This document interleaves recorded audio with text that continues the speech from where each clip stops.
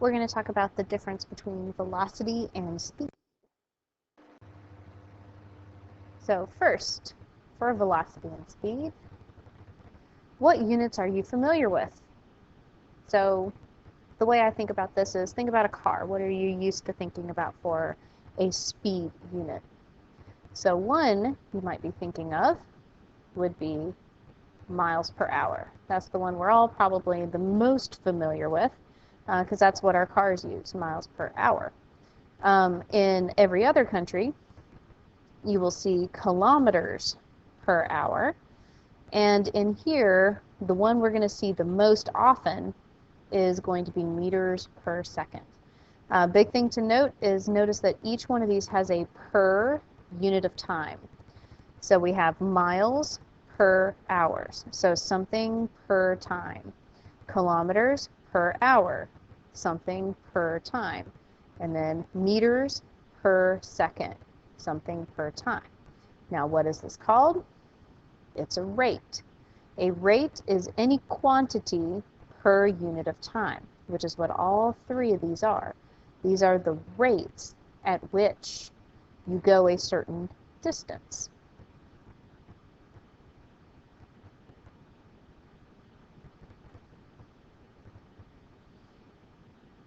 And so what do both velocity and speed describe? Well, they both describe a rate, the distance per time, the rate at which an object changes position.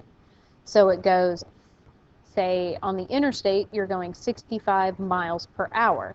Then the rate is you go 65 miles each hour. So it's the change in position, the 65 miles, in a certain amount of time, 1 hour. So in real life, on a highway, your car is moving 55 miles per hour, or 50 miles each hour, and so it's traveling 55 miles per hour. Well, what if you were going 2 hours? Well, in 1 hour, you go 55, and so in 2 hours, you would go 55 plus 55. In physics, we're going to use the unit meters per second. That's the one you're going to see the most of. And so this is m/s, meters per second. What this means is if you walk 2 meters every second, then your speed is going to be 2 meters per second. This is a pretty quick walk.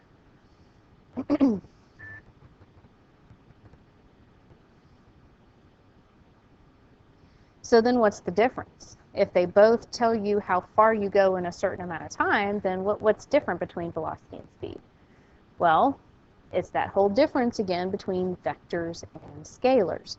Speed is a scalar quantity. So notice speed starts with S, scalar starts with S. They both start with the same letter. As a review, a scalar quantity is one that has magnitude only. This means it's just a number and a unit, so 2 meters per second. Velocity is a vector, which means we have magnitude and direction. Direction.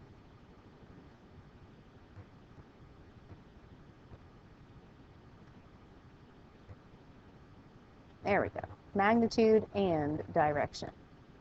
So instead of just 2 meters per second, 2 meters per second would be the magnitude, we're going 2 meters per second north, 2 meters per second forward, positive 2 meters per second, something like that. So in physics, we're going to be dealing with velocity. Even though sometimes we'll use speed and velocity interchangeably in practice problems, we want to use velocity because it's a lot more specific. We can use it mathematically with our positives and negatives, or we can do it like we were talking about with vectors, drawing out the arrows, and we'll get to that a little later. Now the question is what does a negative velocity mean?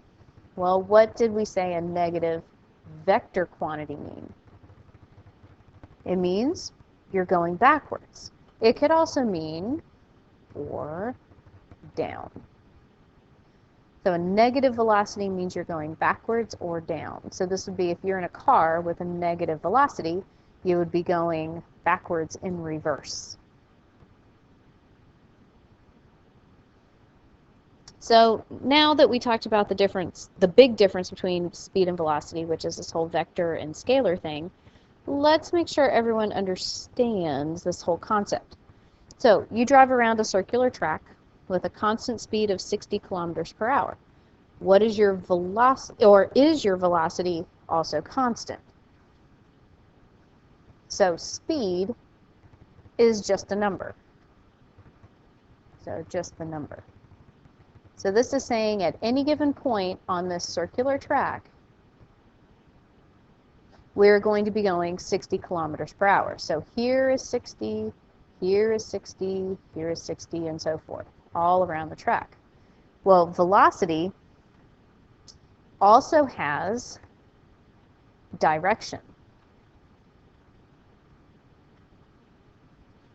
And so the question is if you're going in this circle and you're going a constant 60 kilometers per hour, are you changing direction or are you keeping a constant direction? Well, at this point, you're going in this direction. This point, in this direction. And so as you go around this circular track, you are constantly changing direction. And so the answer to this question is that no. Your velocity is not constant because you are changing direction.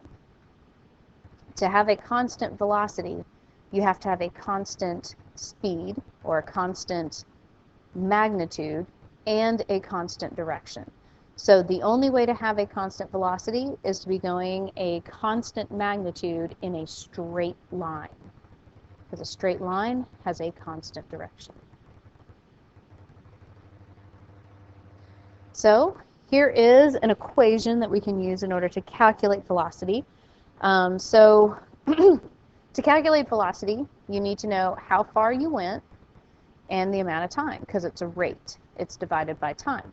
So we have v equals d over t. V stands for velocity. D stands for displacement. Notice it's displacement and not distance. The reason why is because displacement is also the vector quantity. Distance is a scalar. And then t is for time. Now, we're not always going to be solving for v, so it might be a good idea to rearrange this in terms of d and t.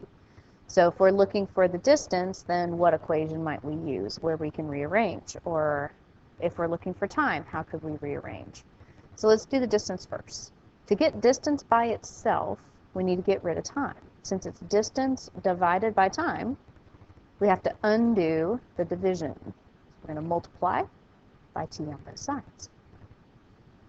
That cancels out t on this side, and we get d equals tv, t times v. This is an equation that I like to call direct TV. So direct TV. In terms of time, if we need to get time by itself, first, to work on getting anything in the denominator, we have to get rid of the denominator. So this is also step one in order to get the t. Now we can take this equation and rearrange this one in terms of t. Since it's t times v, we can divide by v on both sides. So I'll rewrite this and then divide by v on both sides. And so we get t equals d over v. So to find time, you take your distance and divide by the velocity, or your displacement and divide by the velocity. Now another way that we might do this, so that we don't have to have all three of these different equations on an equation sheet, is something called the triangle. You might have seen this in chemistry. Any equation that is a standard fraction you can put into the mathematical triangle. Since distance is on the top, distance goes on the top here. And then t and v will go on the bottom. So v and t. And so the way that these triangles work is whatever is on the top of the fraction goes up here, and to solve for either variable, all you have to do is cover it up. So if we were to cover up d, we're looking for distance or displacement. We cover up the d, and since v and t are beside each other, it would be v times t. If we're looking for v, we cover up v, and we have d over t. If we're looking for t, we would cover up t, and we'd have d divided by v. This works, again, for any equation that is a standard fraction formula like this. This will not be given on a test or anything, but you can always draw this on any test or assessment that you might be given.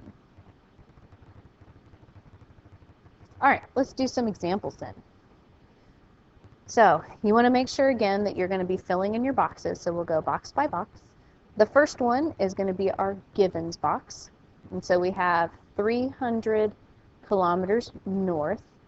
For the math, we don't need to worry about the direction. We just need the magnitude. The math has the magnitude. So this is going to be our D.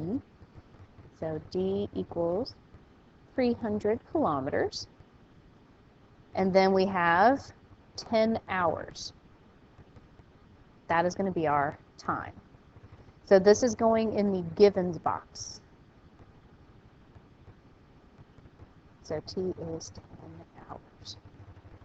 Those are our two givens. Our unknown is for the V. So V is what we're looking for. The next box that we'll need to fill in is for equation.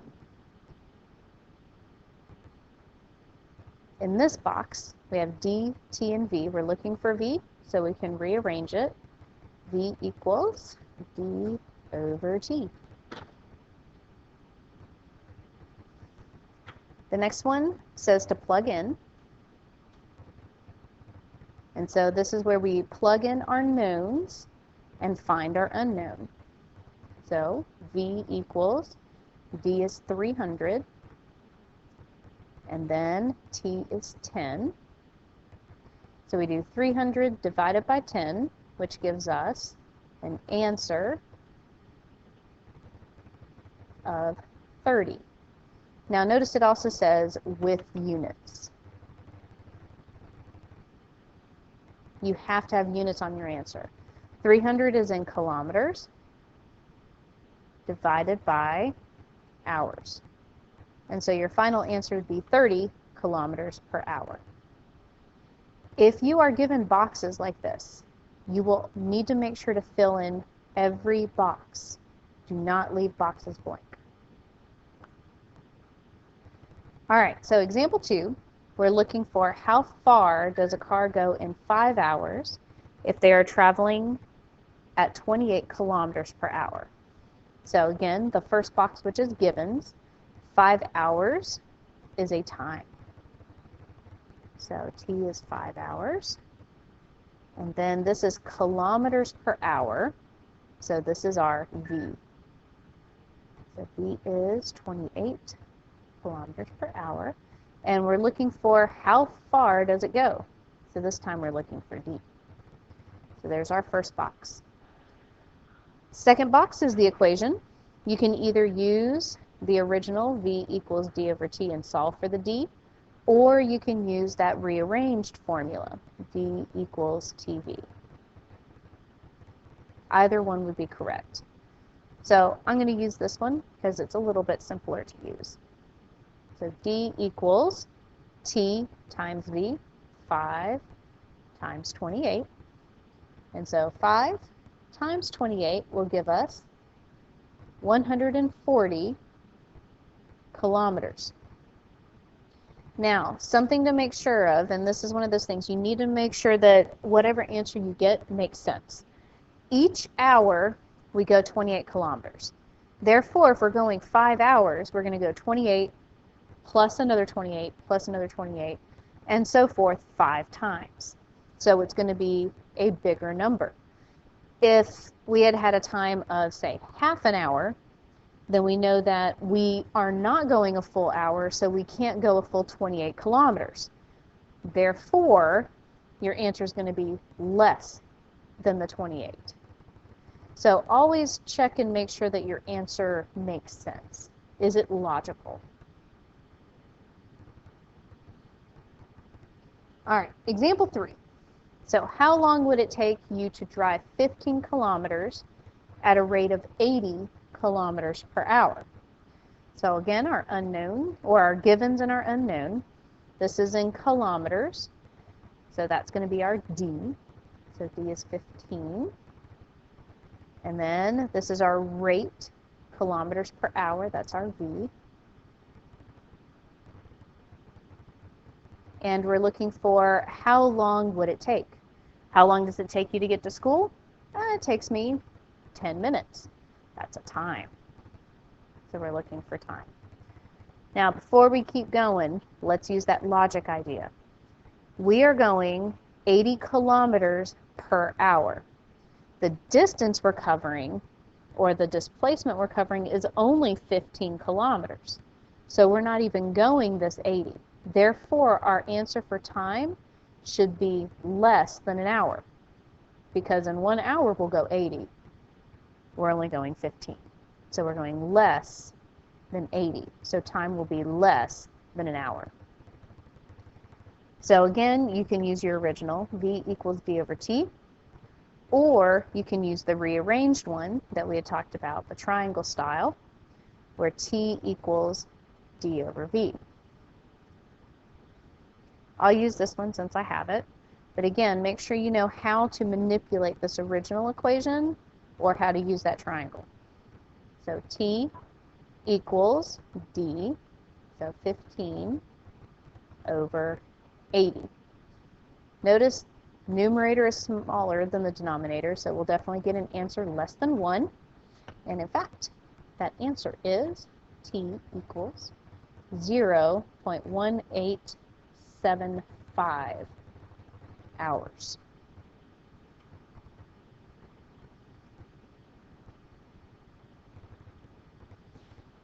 So now, since we've talked about speed and velocity, we've done some basic velocity equations. Let's talk about the difference between average versus instantaneous. So average velocity is found by the total time it takes to travel a total displacement. So notice that total is bolded in a different color. That's important. In order to find average velocity, you have to use your totals. So in a given road trip, you're not going to be going the exact same speed or the exact same velocity the entire time.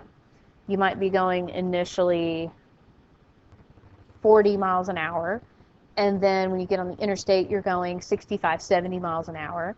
And so as you go in each of these different increments on that road trip, you're going to be going a different time with a different displacement.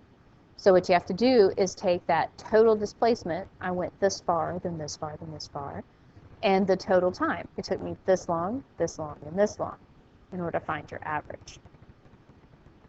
The instantaneous velocity is the velocity at any one instant.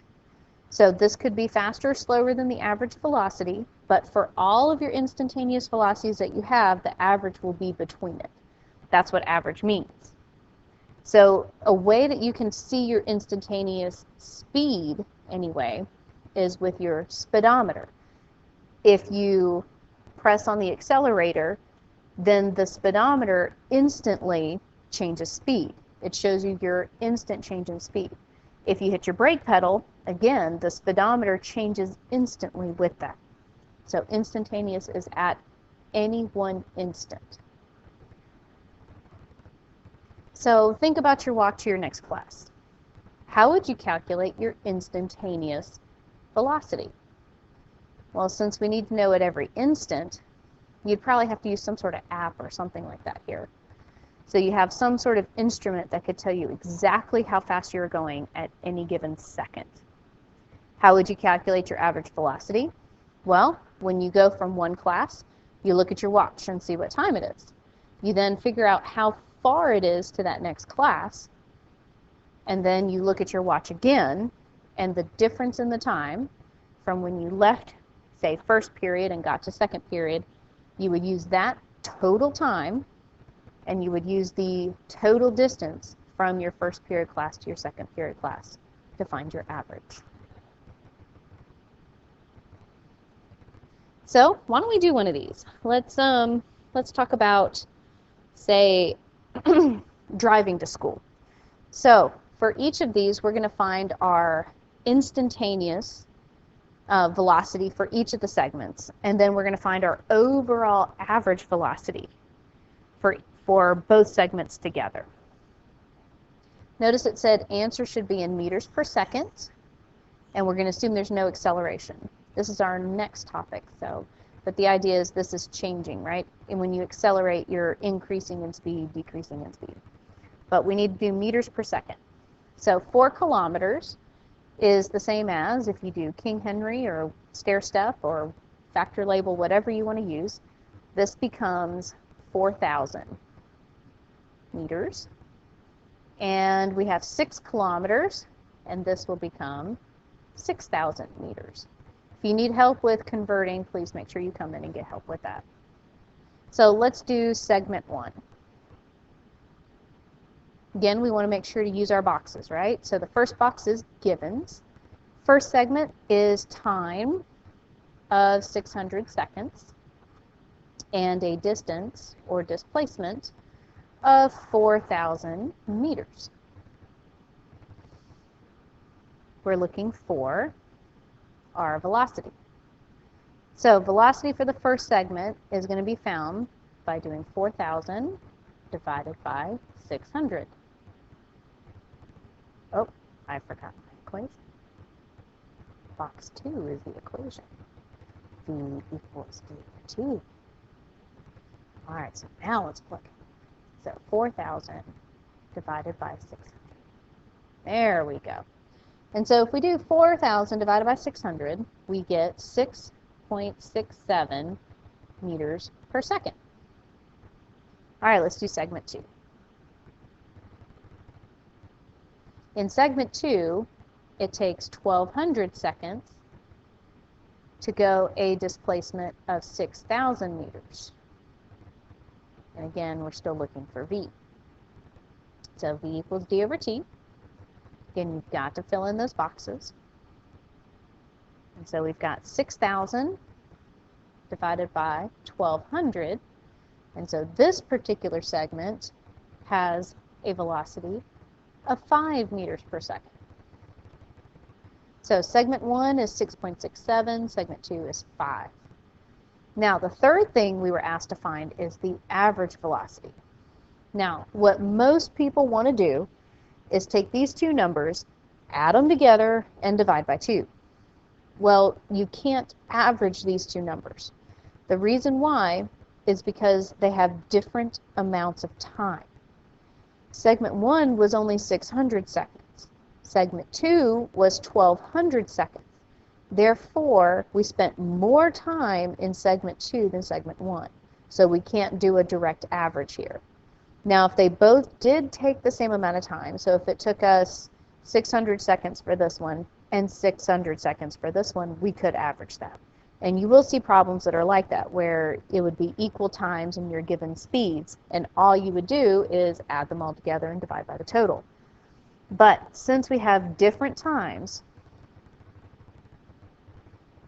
now let's make a note. So different times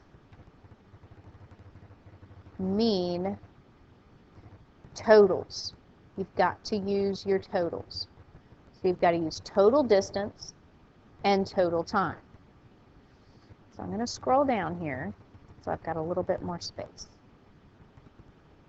All right, so for the average,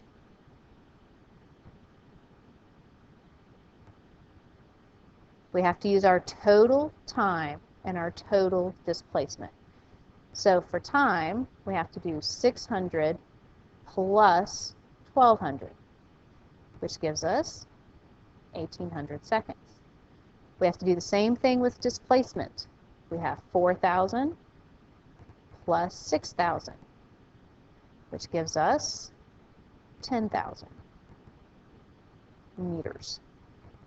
So total time, total distance to find our average. We're using the same equation, v equals d over t. And so total distance or total displacement, 10,000.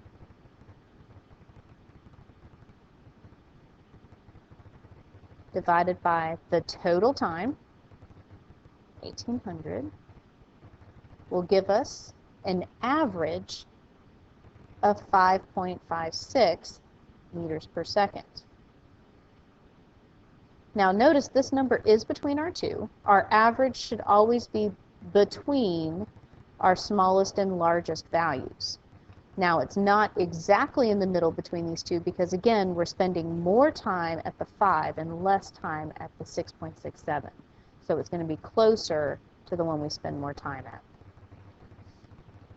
Now if, for example, just going to scroll a little bit more here and just kind of talk about this again.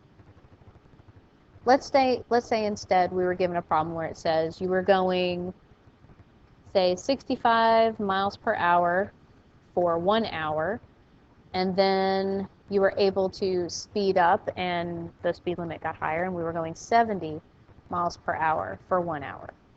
Notice that now our times are the same.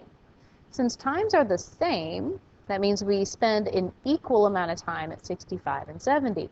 In this case, so same time equals simple average. And so we can take the V average and find 65 plus 70, which is adding up all of our values, and we can divide that by 2. And so we get 135, adding these together, divided by 2. And so our average will be 67.5 miles per hour. This is perfectly acceptable if it's the same time. If it's not the same time, then you have to do your totals. Total time, total distance.